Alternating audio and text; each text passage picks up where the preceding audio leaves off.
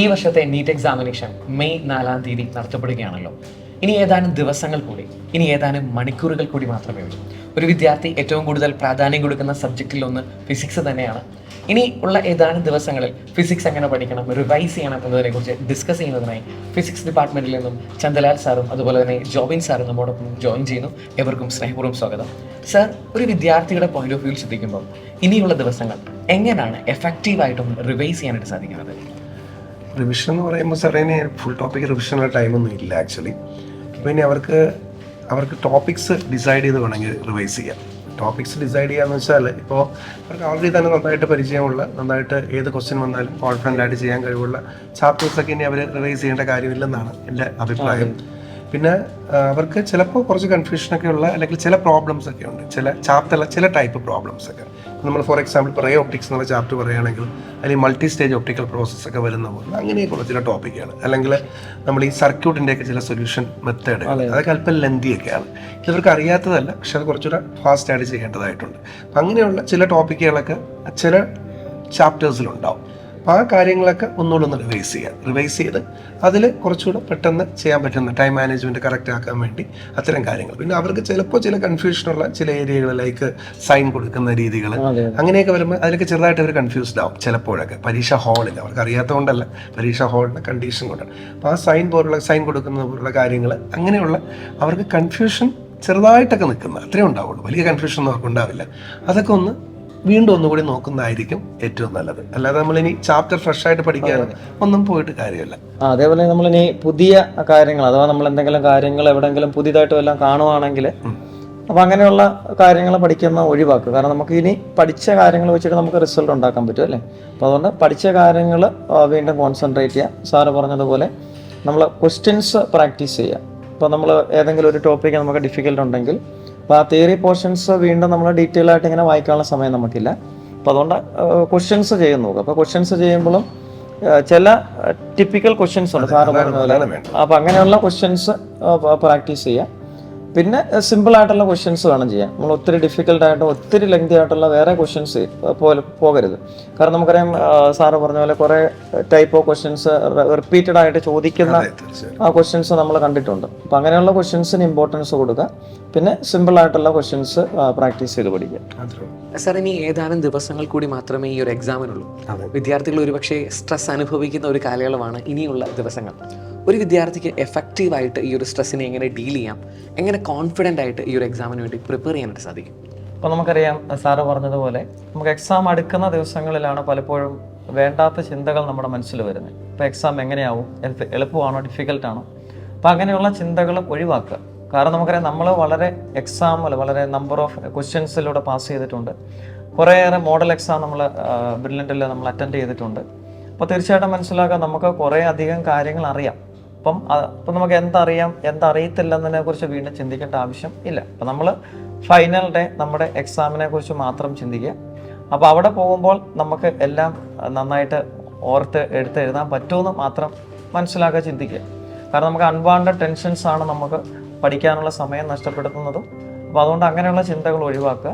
പിന്നെ നമുക്കറിയാം പലപ്പോഴും നമ്മളെ വീട്ടുകാരൊക്കെ ആണെങ്കിലും സാർ എനിക്ക് തോന്നുന്നു നെഗറ്റീവ് തോട്ട്സ് ഒക്കെ നമുക്ക് അറിയാതൊക്കെ തരാറുണ്ട്. അപ്പം അങ്ങനെയുള്ള ചിന്തകൾ എവിടെന്നെങ്കിലും കിട്ടുവാണെങ്കിൽ അത് ഒഴിവാക്കുക. അല്ലെങ്കിൽ അങ്ങനെയുള്ള സിറ്റുവേഷനിൽ നിന്ന് മാറിപ്പോവുക. നമ്മൾ കൂട്ടുകാരൊക്കെ ആണെങ്കിലും നമ്മളോട് ചിലപ്പം എക്സാം എങ്ങനെയായിരിക്കും, എളുപ്പമായിരിക്കോടി, നിനക്ക് ബുദ്ധിമുട്ടായിരിക്കും, അങ്ങനെയുള്ള ചോദ്യങ്ങളൊക്കെ ചിലപ്പോൾ നമുക്ക് നേരിടേണ്ടി വരാം. അപ്പം അതൊക്കെ ഒഴിവാക്കിയിട്ട് നമ്മുടെ പഠനത്തിൽ മാത്രം കോൺസെൻട്രേറ്റ് ചെയ്യുക. അപ്പോൾ തീർച്ചയായിട്ടും നല്ല റിസൾട്ട് കിട്ടും അല്ലേ സാറേ? തീർച്ചയായിട്ടും. അതായത് ഈ സ്ട്രെസ് ഉണ്ടാക്കുന്ന ഇങ്ങനെയുള്ള സാറ് പറഞ്ഞുള്ള ചിലപ്പോൾ പാരൻസിൻ്റെ ഭാഗത്തുനിന്നോ ടീച്ചേഴ്സിൻ്റെ ഭാഗത്തുനിന്നോ ഫ്രണ്ട്സിൻ്റെ ഭാഗത്തുനിന്നൊക്കെ പല കമൻസും വരും. ഇപ്പോൾ കഴിഞ്ഞ വർഷത്തെ പരീക്ഷ ഇങ്ങനെയായിരുന്നു, അല്ലെങ്കിൽ 650 കിട്ടണം, 700 കിട്ടണം, ഇത്തരം തോട്ട്സിനൊന്നും ഇവിടെ യാതൊരു പ്രാധാന്യമില്ല. ഇത്തരം ചിന്തകളൊക്കെയാണ് സ്ട്രെസ് ഉണ്ടാക്കുന്നത്. അല്ലാതെ ഇവർ പ്രിപ്പയർ ചെയ്യാത്തതുകൊണ്ടോ അല്ലെങ്കിൽ പഠിക്കാത്തതുകൊണ്ടോ അറിയാത്തതുകൊണ്ടൊന്നും അല്ല. അങ്ങനെയുള്ള കാര്യങ്ങളൊന്നും തന്നെ ചിന്തിക്കേണ്ട. നമുക്കെല്ലാം പഠിച്ചത് തന്നെയാണ്. ഇനി നമ്മൾ ഈ പഠിച്ച എല്ലാ ടോപ്പിക്കും, ഇപ്പോൾ ഫിസിക്സ് ഇത്രയും ചാപ്റ്റേഴ്സ് ഉണ്ട്, ഇത്രയും ടോപ്പിക്കുകളുണ്ട്, ഇത്രയും ക്വസ്റ്റ്യൻസ് ഉണ്ട്, ഇതൊക്കെ ചിന്തിച്ചാൽ സ്ട്രെസ് ഉണ്ടാവും. അപ്പോൾ അങ്ങനെയൊന്നും ചിന്തിക്കാതിരിക്കുക. ഇതെല്ലാം നമ്മൾ പഠിച്ചതാണ്, ഒത്തിരി തവണ പരീക്ഷ എഴുതിയതാണ്, പ്രിപ്പയർഡ് ആണ്. അപ്പോൾ പരീക്ഷാ ഹാളിൽ സാറ് പറഞ്ഞതുപോലെ എല്ലാം ഇങ്ങ് വന്നോളും. നമ്മൾ പ്രിപ്പയർഡ് ആണ്, നമ്മൾ ഓൾറെഡി തന്നെ ഒത്തിരി പ്രാക്ടീസ്ഡ് ആണ്. അപ്പോൾ അതുകൊണ്ട് തന്നെ പരീക്ഷാ ഹാളിൽ തന്നെ ഓരോ ക്വസ്റ്റ്യനൊക്കെ നമ്മൾ അവസാന ദിവസങ്ങൾ ഒരു ക്വസ്റ്റ്യൻ ചെയ്യുമ്പോൾ നമുക്ക് കിട്ടിയില്ല, അപ്പോൾ അങ്ങനെയുള്ള കാര്യങ്ങളൊക്കെ ആലോചിച്ച് ടെൻഷൻ അടിക്കുന്ന ആൾക്കാരുണ്ട്. അപ്പോൾ അതൊക്കെ സ്വാഭാവികമാണെന്ന് മനസ്സിലാക്കാം. നമ്മൾ ചെയ്തു വരുമ്പോൾ അബദ്ധവശാൽ ചിലപ്പം ചില ക്വസ്റ്റ്യനൊക്കെ കിട്ടാതെ വരാം, ഐഡിയ കിട്ടാതെ വരാം. അപ്പോൾ അതൊക്കെ വിട്ടേക്കുക. നമ്മൾ സാറ് പറഞ്ഞതുപോലെ എക്സാം ഹാളിൽ നമുക്ക് ഇതെല്ലാം കിട്ടും എന്നുള്ള ഉറച്ച വിശ്വാസത്തിൽ വേണം നമ്മൾ മുമ്പോട്ട് പോകാൻ. അത് തന്നെ. അതേപോലെ മാർക്കുകളൊക്കെ വരുമ്പോഴും അങ്ങനെ തന്നെയാണ്. അത് 660 വേണം. ഇന്നലെ ഒരു കുട്ടി ഫോൺ ചെയ്ത് ചോദിച്ചു, സാറേ അപ്പോൾ എനിക്ക് സ്ഥിരം 670 660 കിട്ടിക്കൊണ്ടിരുന്നതാ, പക്ഷേ 2 പരീക്ഷയായിട്ട് ഇപ്പോൾ 630 വരുന്നുള്ളൂ. കഴിഞ്ഞ വർഷം 630 കിട്ടിയോ? അപ്പോൾ ഇങ്ങനെയുള്ള ചിന്തകളൊക്കെയാണ് അവർക്ക് സ്ട്രെസ് ഉണ്ടാക്കുന്നത്. കഴിഞ്ഞ വർഷത്തെ പരീക്ഷ അല്ലല്ലോ ഈ പരീക്ഷ. എങ്കിൽ പിന്നെ കഴിഞ്ഞ വർഷത്തെ റാങ്ക് ലിസ്റ്റ് വീണ്ടും ഒന്നുകൂടെ വെച്ച് അഡ്മിഷൻ കൊടുത്താൽ പരീക്ഷ എക്സാം എളുപ്പമായിരുന്നു ആണെങ്കിൽ എല്ലാവർക്കും എളുപ്പമാണ്, മാർക്ക് കൂടും. എക്സാം ടഫ് ആണെങ്കിൽ എല്ലാവർക്കും മാർക്ക് കുറയും. ശരിയല്ലേ? അപ്പം അങ്ങനെയുള്ള ചിന്താഗതി മതി. കാരണം എക്സാം ടഫ് ആണെങ്കിൽ നമുക്ക് അർത്ഥം എല്ലാം ചെയ്യേണ്ട ആവശ്യമില്ല. നമുക്ക് സെലക്റ്റീവായിട്ട് ക്വസ്റ്റ്യൻസ് ചെയ്താൽ നമുക്ക് നല്ല റിസൾട്ട് കിട്ടും. അതെ, പൊതുവേ അതായത് പരീക്ഷയെക്കുറിച്ചുള്ള ആ ഒരു ഇതല്ലാതെ നമ്മൾ വേറെ ഒരു കമൻറ്റുകളും ഒരു കാര്യങ്ങളും നോക്കേണ്ടതായിട്ടില്ല. വേറെ ആര് പറയുകയാണെങ്കിലും എനിക്കൊന്നും കേൾക്കാൻ സമയമില്ല, ഞാൻ പരീക്ഷയ്ക്ക് ഫോക്കസ് ചെയ്യാണ്, റിസൾട്ട് പരീക്ഷയെ ഫേസ് ചെയ്യുക എന്നുള്ളതാണ് മെയിൻ. അത് കഴിഞ്ഞിട്ടല്ലേ ബാക്കി കാര്യങ്ങളൊക്കെ വരുന്നുള്ളൂ. അപ്പോൾ ആ രീതിയിൽ ചിന്തിക്കുക. ഈ നെഗറ്റീവായിട്ടുള്ള കാര്യങ്ങൾ പറയുന്ന ആൾക്കാരിൽ നിന്ന് കഴിയുന്ന ഒഴിഞ്ഞു നിൽക്കുക എന്നുള്ളതാണ് കുട്ടികൾ ഈ സമയത്ത് ഈ ഒരാഴ്ച ചെയ്യേണ്ടതെന്നാണ് എനിക്ക് തോന്നുന്നത്. സാർ, ഇനി ഏതാനും ദിവസങ്ങൾ കൂടിയല്ലേ ഈ ഒരു എക്സാമിനുള്ളൂ. അതായത് ഒരു വിദ്യാർത്ഥി ശരിക്കും ഒരു കോമ്പറ്റീറ്റീവ് ആയിട്ട് ഈ ഒരു എക്സാം എഴുതണമെങ്കിൽ എത്ര മണിക്കൂർ പഠിക്കുന്നതായിരിക്കും നല്ലത്?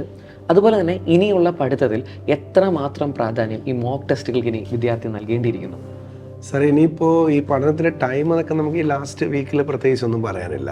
ഞാൻ പറയുന്നത് ഈ ലാസ്റ്റ് വീക്കിൽ കൂടുതൽ ടൈം പഠിക്കുന്നതിനേക്കാളും കൂടുതൽ ടൈം ഒന്ന് കൂളായിട്ടിരുന്ന് ഉറങ്ങാനും ക്ഷീണം ഒഴിവാക്കാനൊക്കെയാണ് നോക്കേണ്ടത്. ഇപ്പോൾ ഇവരിപ്പോൾ 10-14 മണിക്കൂർ വീണ്ടും പഠിച്ചിട്ട് ആ പരീക്ഷാ ദിവസം തലേ ദിവസം ഉറങ്ങാതെ ടെൻഷൻ അടിച്ച് പരീക്ഷ ഒളിച്ചില്ലാണെങ്കിൽ പെർഫോമൻസ് വീക്കാവും, ഉറപ്പാണ്. അതുകൊണ്ട് ഇനി ദിവസങ്ങൾ ഇവർ കഴിയുന്നതും അവർക്ക് കംഫർട്ടബിളായിട്ട് തോന്നുന്ന ടൈം മാത്രം പഠിക്കുന്നതായിരിക്കും ബെറ്റർ എന്നാണ് എനിക്ക് തോന്നുന്നത്. അപ്പോൾ അവർക്ക് 5 മണിക്കൂർ പഠിക്കാനാണ് തോന്നുന്നതെങ്കിൽ 5 മണിക്കൂർ പഠിക്കട്ടെ, കാരണം അവർക്ക് അതാണ് നല്ലത്. അപ്പോൾ അവർ വീണ്ടും 14-13 മണിക്കൂർ പഠിച്ച് പിന്നെ അടുത്ത ദിവസം ഇപ്പോൾ പ്രോപ്പറായിട്ട് രാത്രിയൊക്കെ തന്നെ ഉറങ്ങുന്നതായിരിക്കും. പകലെ കിടന്ന് ഉറങ്ങാതിരിക്കുക, ക്ഷീണം ഉണ്ടാകുന്ന കാര്യങ്ങൾ കഴിയുന്നത് ഒഴിവാക്കുക എന്നുള്ളതാണ് ഇനി വരുന്നത്. പിന്നെ മോക്ക് ടെസ്റ്റുകൾ എപ്പോഴും നല്ലതാണ് സാറേ. അത് തീർച്ചയായിട്ടും നമുക്കറിയാൻ പറ്റില്ല. ഇപ്പോൾ ഈവൻ ചിലപ്പോൾ പരീക്ഷയുടെ തലേ ദിവസം നമ്മൾ എഴുതുന്ന ഒരു മോക്ക് ടെസ്റ്റിൽ നിന്ന് 2 ക്വസ്റ്റ്യൻ കിട്ടിയെന്നിരിക്കും. അത് നമുക്കറിയാൻ പറ്റില്ല. പിന്നെ ഈ മോക്ക് ടെസ്റ്റിൻ്റെ മാർക്കിനെ ചൊല്ലി അവർക്കൊരു വേവലാതി ഉണ്ടെങ്കിൽ അവർക്ക് വേണമെങ്കിൽ ക്വസ്റ്റ്യൻ കളക്ട് ചെയ്തെങ്കിലും ചെയ്ത് നോക്കാം. അല്ലാതെ മോക്ക് ടെസ്റ്റ് എഴുതണോ എന്നുള്ളത് അവരുടെ ഇൻഡിവിജ്വൽ ഡിസിഷനിലേക്ക് പോകുന്നതായിരിക്കും നല്ലത്. ഏതായാലും 1-ാം തീയതി വരെയുള്ള പരീക്ഷകൾ എഴുതുക. 2-3 അവരുടെ ഇഷ്ടത്തിനനുസരിച്ചാണ് ചെയ്യുന്നതായിരിക്കും നല്ലതെന്നാണ് എനിക്ക് തോന്നുന്നത്. ക്വസ്റ്റ്യൻ കളക്ട് ചെയ്യുക, അതിനകത്തുള്ള ക്വസ്റ്റ്യൻസ് ഒക്കെ അറിയാമെന്ന് നോക്കുക.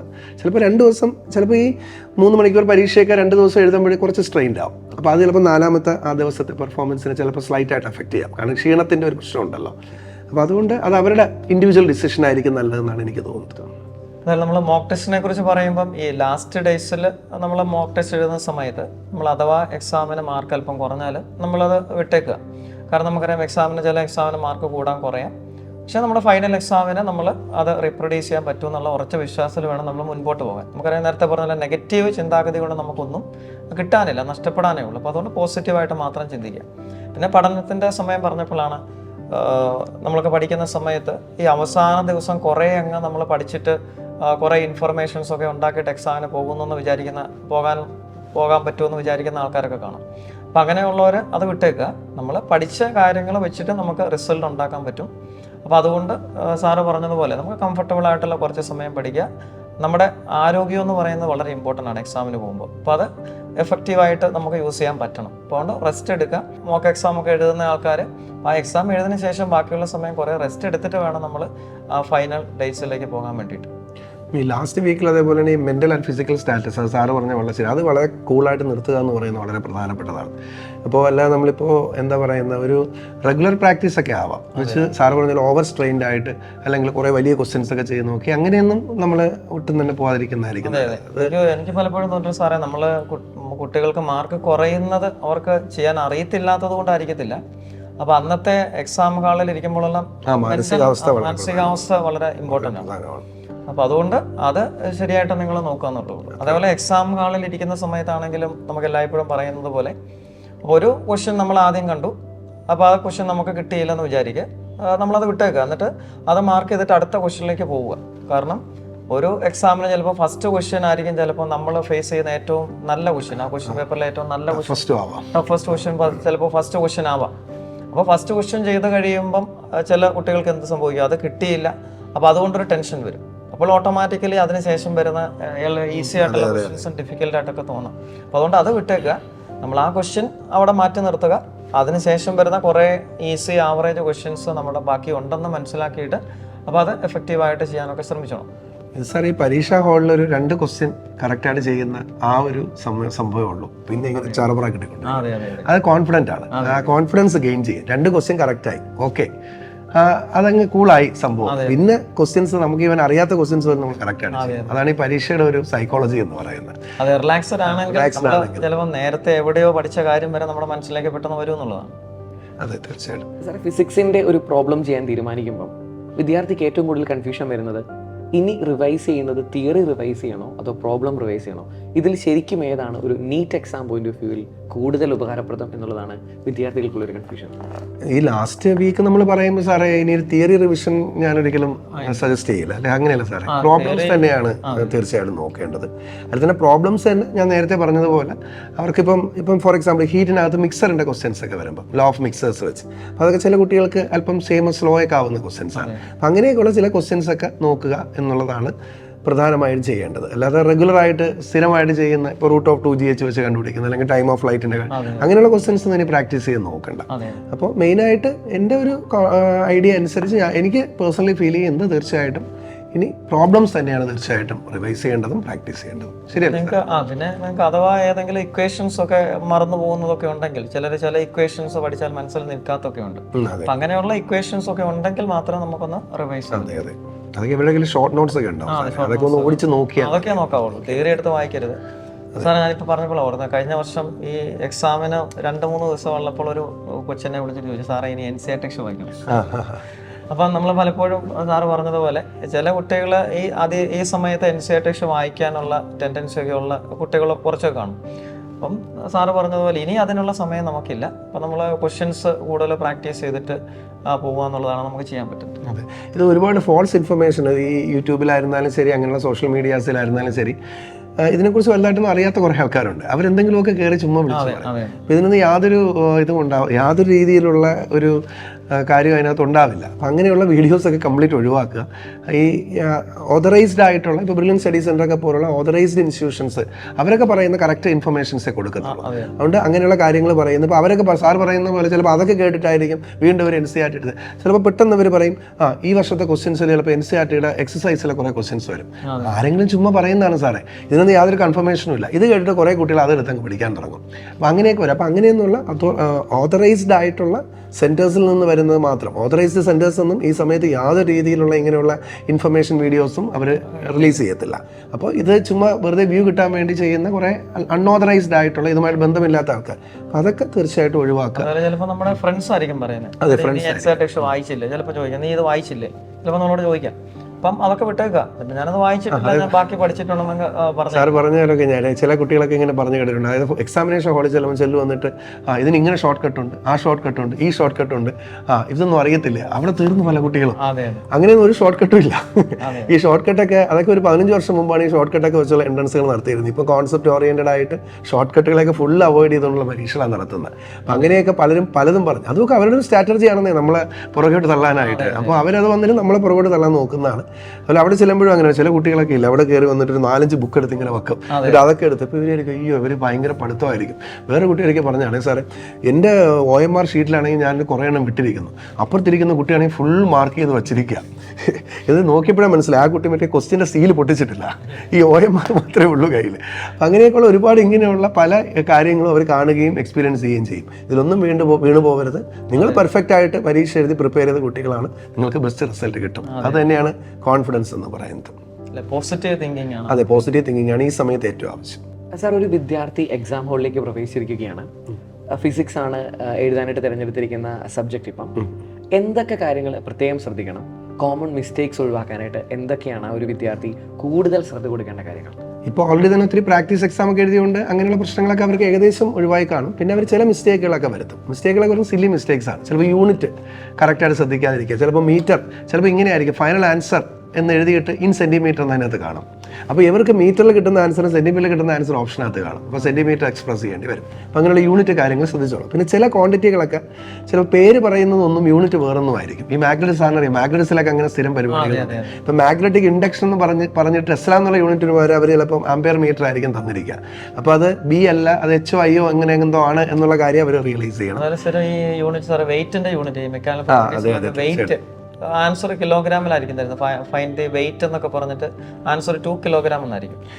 പിന്നെ ഫ്രീക്വൻസി ഉണ്ട്. ചിലതിലൊക്കെ ഫ്രീക്വൻസി എന്ന് പറഞ്ഞിട്ട് റേഡിയൻ പെർ സെക്കൻഡ് എന്ന് പറയും, ചിലടത്ത് ആംഗുലർ ഫ്രീക്വൻസി എന്ന് പറഞ്ഞിട്ട് ഹെഡ്സ് എന്ന് പറയും. അപ്പോൾ ഇങ്ങനെയൊക്കെയുള്ള ചില മിസ്റ്റേക്സ് പറ്റാറുണ്ട്. പിന്നെ ഒന്ന് ആംഗിൾസ് ആണ്. ആംഗിൾസ് സാറിന് ഓർമ്മയുണ്ടാവും, ഈ ഫ്ലക്സ് കാൽക്കുലേഷൻ്റെ ആംഗിൾസ് പ്രൊജക്ടൈൽ ചിലപ്പോൾ വെർട്ടിക്കലുമായുള്ള ആംഗിൾ അവർ തരും. അപ്പോൾ നമ്മൾ പെട്ടെന്ന് സിമ്പിൾ ക്വസ്റ്റ്യൻ ആയിരിക്കും, എന്താണ് ടൈം ഓഫ് ഫ്ലൈറ്റ് കണ്ടുപിടിക്കാനായിരിക്കും ക്വസ്റ്റ്യൻ തന്നിരിക്കുന്ന ആംഗിൾ വിത്ത് വെർട്ടിക്കൽ ആയിരിക്കും. കുട്ടികൾ അത് വെച്ച് ചെയ്യുമ്പോൾ അതിൻ്റെ ഓപ്ഷൻ കാണുകയും ചെയ്യും. പക്ഷേ ആംഗിൾ വിത്ത് ഹൊറിസോണ്ടലാണ് എടുക്കേണ്ടത്. അപ്പം ഇങ്ങനെയൊക്കെയുള്ള ചില, അത് ഞാൻ എപ്പോഴും കണ്ടിട്ടുള്ള ഇത്തരം മിസ്റ്റേക്സുകൾ കൂടുതലും വരുത്തുന്നത് ആ 700 കഴിഞ്ഞു പോകുന്ന കുട്ടികളാണ്. എന്നുവെച്ചാൽ ഏറ്റവും ടോപ്പേഴ്സ് എത്തുന്ന കുട്ടികളൊക്കെയാണ് ഈ കൂടുതൽ ഇങ്ങനെയുള്ള മിസ്റ്റേക്കുകൾ വരുത്തുന്നത്. കഴിഞ്ഞ ദിവസം JEE എക്സാമിന് ഒരു student RMS value of current കണ്ടുപിടിക്കാനായിരുന്നു. അപ്പൊ അതിനകത്ത് റൂട്ട് ഓഫ് I1² + I2² / 2 റൂട്ടിനകത്ത് 2 ഉണ്ട്, റൂട്ടിന് വെളിയിൽ 2 ഉണ്ട്. അപ്പൊ ഇതൊക്കെ നമ്മൾ മാർക്ക് ചെയ്യുമ്പോൾ ശ്രദ്ധിച്ചേ ചെയ്യാം. അപ്പൊ അല്പം മാറിപ്പോയാൽ ആൻസർ മാറി. അതെ, അത് RMS പീക്ക് ഇങ്ങനെയുള്ള കാര്യങ്ങളൊക്കെ ഓപ്ഷൻസ് ശ്രദ്ധിക്കണം. അതൊക്കെ ഒന്ന് ഒറ്റ സെക്കൻഡ് ശ്രദ്ധിച്ചാൽ മതി. ചിലപ്പോൾ 1 സെക്കൻഡ് കൂടി ഒന്ന് നോക്കിയാൽ ചിലപ്പോൾ 5 മാർക്കായിരിക്കും ലാഭിക്കുന്നത്. ചിലപ്പോൾ അങ്ങനെയുള്ള ഇതുണ്ട്. അങ്ങനെയൊക്കെയുള്ള മിസ്റ്റേക്സേ ഉള്ളൂ. പിന്നെ അതുപോലെ തന്നെ ഇപ്പോൾ മറ്റേ JEE സാർ പറഞ്ഞപ്പോഴാണ് ഓർത്ത, ഒരു കുട്ടി ഇതേപോലെ ഈ 2T/R എക്സസ് എടുക്കേണ്ട സ്ഥലത്ത് 4T/R വെച്ച് ചെയ്തു. ഇൻഡിജർ ക്വസ്റ്റ്യൻ ആയിരുന്നു, അത് എഴുതി വെച്ചോ തെറ്റുകയും ചെയ്തു. പിന്നെയാണ് അയ്യോ ഇത് 2T/R അല്ലായിരുന്നു. അത് 2 ഓപ്ഷൻ അത്. അപ്പോൾ ഇങ്ങനെയൊക്കെയുള്ള ഒരുപാട് മിസ്റ്റേക്കുകൾ ഈ രീതിയിൽ വരാറുണ്ട്. പിന്നെ നമുക്കല്ലാതെ ഈ പ്രിപ്പയർ ചെയ്ത് ഹാർഡായിട്ട് വരുന്ന ക്വസ്റ്റ്യൻസ് ഇല്ലേ, അത് ഇവർ ചെയ്യും, ഉറപ്പായിട്ട് ചെയ്യും. അവിടെ മിസ്റ്റേക്ക് ഒന്നും വരില്ല. മിസ്റ്റേക്ക് വരുന്ന ഇങ്ങനെയൊക്കെയുള്ള സില്ലി പരിപാടികളിലാണ്. അപ്പോൾ അത് ശരിയാണ് പറഞ്ഞത്. വളരെ ശ്രദ്ധിക്കണം. കാരണം സ്റ്റേറ്റ്മെന്റ് വൈസ് ക്വസ്റ്റ്യൻ വായിക്കുമ്പോൾ നമ്മൾ ഫസ്റ്റ് സ്റ്റേറ്റ്മെന്റ് വായിച്ചു, അപ്പോൾ നമുക്കത് കറക്റ്റ് ആണെന്ന് തോന്നി. അപ്പോൾ നമ്മൾ ചിലർ എന്ത് ചെയ്യും, ആ ബാക്കിയുള്ള സ്റ്റേറ്റ്മെന്റുകളിലേക്ക് പോകാതെ ഫസ്റ്റ് ഓപ്ഷൻ മാർക്ക് ചെയ്യും. ചിലപ്പോൾ നമ്മൾ വായിച്ചതിൽ എന്തെങ്കിലും മിസ്റ്റേക്ക് കൊണ്ട് അത് റോങ് ആവാം.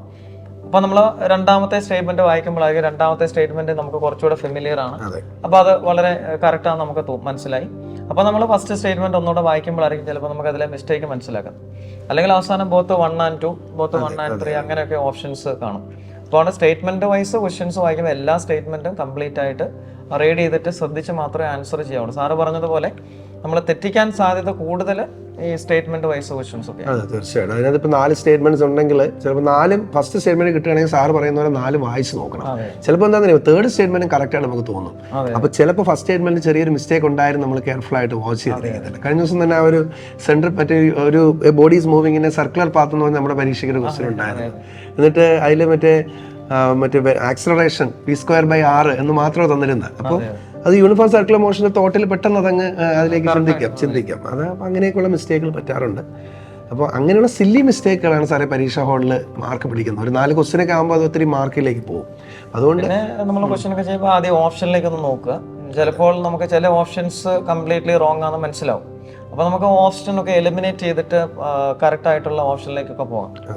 അപ്പം അതേപോലെ നമ്മൾ ഓപ്റ്റിക്സിലൊക്കെ ആണെങ്കിൽ നമ്മൾ സൈനൊക്കെ എടുക്കുമ്പോൾ focal length of concave mirror negative ആണ്.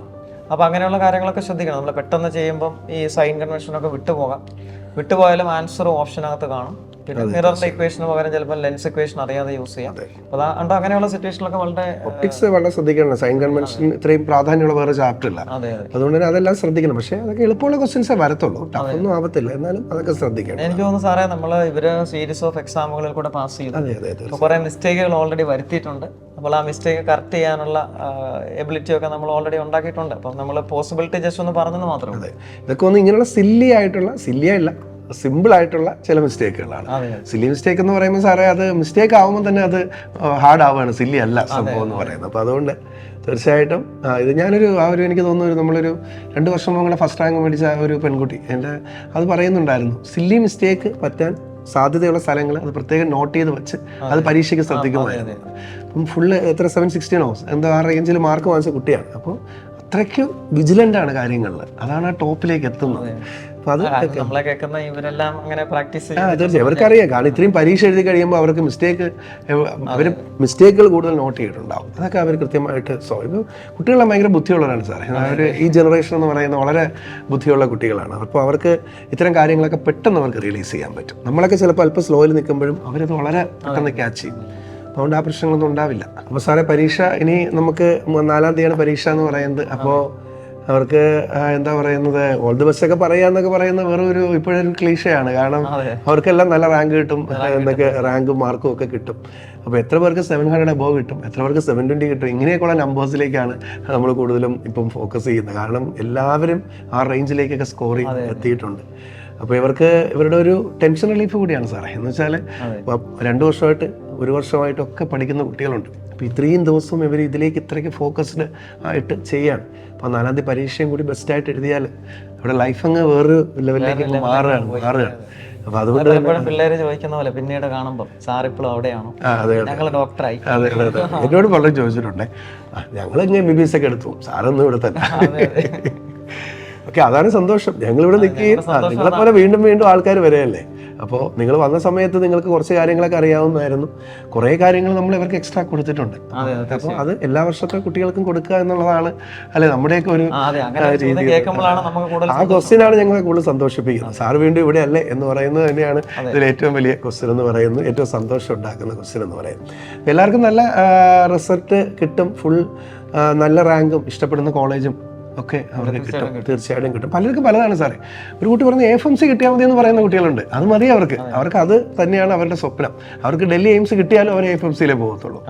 അങ്ങനെ ഓരോരുത്തർക്കും ഓരോ രീതികളും ഓരോ സ്വപ്നങ്ങളും ഒക്കെയാണ്. അപ്പോൾ സ്വപ്നങ്ങൾ കാണാനാണ് അല്ലേ എപ്പോഴും പറയുന്നത് എല്ലാവരും. നിങ്ങൾ സ്വപ്നങ്ങൾ കാണൂ, ഉണർന്നിരിക്കുമ്പോൾ കാണുന്നതാണ് സ്വപ്നം എന്നാണ് പറയുന്നത്, അല്ലാതെ ഉറങ്ങുമ്പോൾ കാണുന്നതല്ല. അപ്പം അങ്ങനെ സ്വപ്നം കാണുന്ന ഒരു വളരെ ബഞ്ച് ഓഫ് സ്റ്റുഡൻസ് ആണ് 4-ാം തീയതി പരീക്ഷ ഹോളിലേക്ക് പോകുന്നത്. അപ്പോൾ തീർച്ചയായിട്ടും എല്ലാവർക്കും വിജയം ഉണ്ടാവും. അവർക്ക് പരീക്ഷയിൽ മാത്രമല്ല ജീവിതത്തിലും വലിയ വിജയം ഉണ്ടാവും. നല്ല ഡോക്ടേഴ്സായിട്ടും നല്ല ഹ്യൂമൻ ബീയിങ്സ് ആയിട്ടും അവരുടെ റെസ്റ്റ് ഓഫ് ദ ലൈഫ് മുന്നോട്ട് കൊണ്ടുപോകുക തന്നെ ചെയ്യും. അതാണ് നമ്മുടെ എല്ലാ ആഗ്രഹവും, അതുപോലെ തന്നെ കോൺഫിഡൻസ്. അതുപോലെ സാറ് പറഞ്ഞ പോലെ നമ്മൾ നല്ല ഡോക്ടർ ആവുന്നതിനെക്കാട്ടിലും ഒരു നല്ല മനുഷ്യനാവും. അപ്പോൾ നിങ്ങൾ ഡോക്ടർ ആയി കഴിയുമ്പോൾ അത് പ്രത്യേകം ശ്രദ്ധിക്കുക എന്ന് പറയുന്നു. അപ്പം എക്സാം എല്ലാവർക്കും സാറ് ഇങ്ങനെ ആശംസ പറയേണ്ടെന്ന് പറഞ്ഞെങ്കിലും എല്ലാവർക്കും നന്നായിട്ട് എക്സാം എഴുതാൻ പറ്റട്ടെ. നിങ്ങൾ വിശ്വസിക്കുന്ന ദൈവം നിങ്ങളുടെ കൂടെ ഉണ്ടെന്ന് മനസ്സിലാക്കുക. അപ്പം നിങ്ങളുടെ സ്വപ്നം സാക്ഷാത്കരിക്കാൻ നിങ്ങൾക്ക് എക്സാമിന് ശേഷം പറ്റട്ടെ എന്ന് പ്രാർത്ഥിക്കുന്നു, ആശംസിക്കുന്നു. All the best.